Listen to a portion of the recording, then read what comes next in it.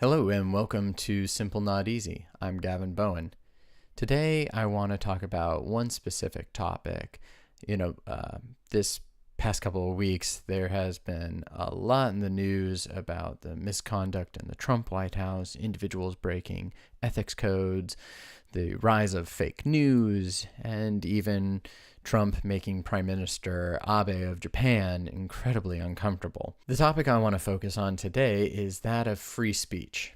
And we begin with the UC campuses of Berkeley and Davis, where they have been the scenes of protests and riots due to the invitations sent to Milo Yiannopoulos to come speak on campus. Milo is known as a provocateur. He has made remarks on various topics, and people have said that he is racist and bigoted and offensive.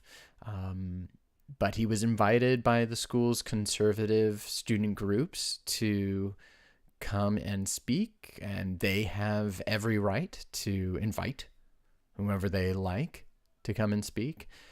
And what occurred was the left basically blocking and prohibiting this individual from speaking on campus by their use of protest, but by also rioting and damaging property and looting. So the question today is, were those students who met Milo's invitation with protests and rioting correct in their response? Or does an individual have every right to speak their mind and speak their opinion, no matter how offensive it might be? So to address this question of whether or not Milo or anyone else has the freedom to speak on a campus when they are invited to do so, I'd like to read to you a statement made by the ACLU on their website. Came across this last night, and this is the whole reason I'm making this video specifically, is because of what they said here. So I'd like to read it to you now. Hate speech on campus.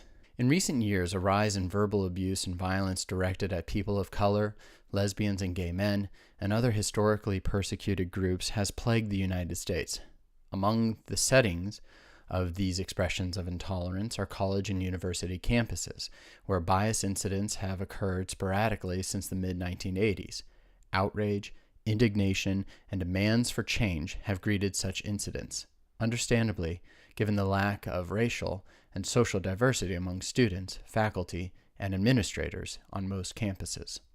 Many universities, under pressure to respond to the concerns of those who are objects of hate, have adopted codes or policies prohibiting speech that offends any group based on race, gender, ethnicity, religion, or sexual orientation. That is the wrong response, well-meaning or not.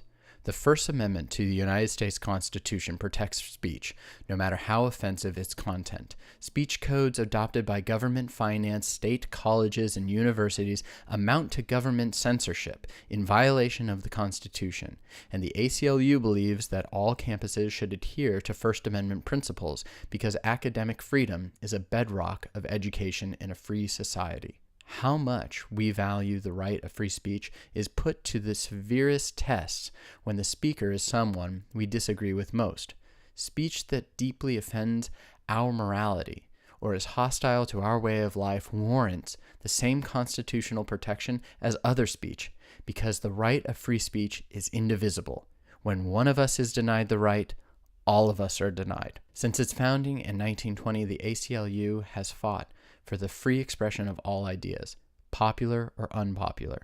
That's the constitutional mandate. Where racist, sexist, and homophobic speech is concerned, the ACLU believes that more speech, not less, is the best revenge. This is particularly true at universities, whose mission is to facilitate learning through open debate and study, and to enlighten. Speech codes are not the way to go on campuses, where all views are entitled to be heard, explored, supported, or refuted. Besides, when hate is out in the open, people can see the problem. Then they can organize effectively to counter bad attitudes, possibly change them, and forge solidarity against the forces of intolerance. College administrators may find speech codes attractive as a quick fix, but as one critic put it, verbal purity is not social change. Codes that punish bigoted speech treat only the symptom. The problem itself is bigotry. The ACLU believes that instead of opting for gestures that only appear to cure the disease, universities have to do the hard work of recruitment to increase faculty and student diversity, counseling to raise awareness about bigotry and its history, and changing curricula to institutionalize more inclusive approaches to all subject matter. And if you have a minute, I will put in the description of this video the link to this statement, as it also has questions that the ACLU answers there. And it's really helpful information citing Supreme Court cases and other cases in which freedom of speech was, for lack of a better term, attacked and fought to keep free. More speech, not less, is the best revenge. Verbal purity is not social change. When one of us is denied the right, all of us are denied. That's probably the key point there for me. Once you start making laws and rules about what speech you cannot say, cannot make, you are on a slippery slope for that law being used against you. Protests are great. Protests are a form of speech, and that should be protected. Those individuals at the UC campuses should have been able to protest. Should they have blocked the entrance to the venue where Milo was going to speak and prevent him from speaking? No, he had a right to speak. However offensive the things are that he is going to say, he has a right to speak. If we're so concerned about what he's saying, then we should have someone else. We should hold our own venue where someone can speak about the truth, about facts, about equality and inclusiveness. But no, the left chose to attack, riot, damage property, loot. What kind of reaction is that? Is that really the reaction that we want? I can't imagine it is. If you're truly a liberal and you believe in small L liberal values, then freedom of speech above all else. It makes me think of a quote from Christopher Hitchens, in which he said, "Don't take refuge in the false security of consensus and the feeling that whatever you think, you're bound to be okay because you're in the safely moral majority." If somebody is saying something that you disagree with, or they're challenging your ideas or your view, your point of view, or what you've learned throughout your life, don't just shut it down. Listen to it. Actually listen to the words that are coming out of their mouth, because they may be in the most offensive way.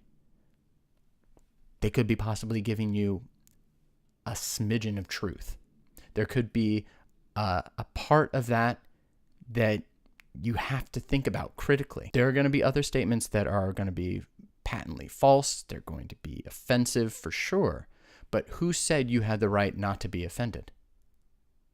Freedom of speech is the right to offend. Don't take offense. Challenge ideas. I think this is going to be a topic that's going to be coming up a lot more.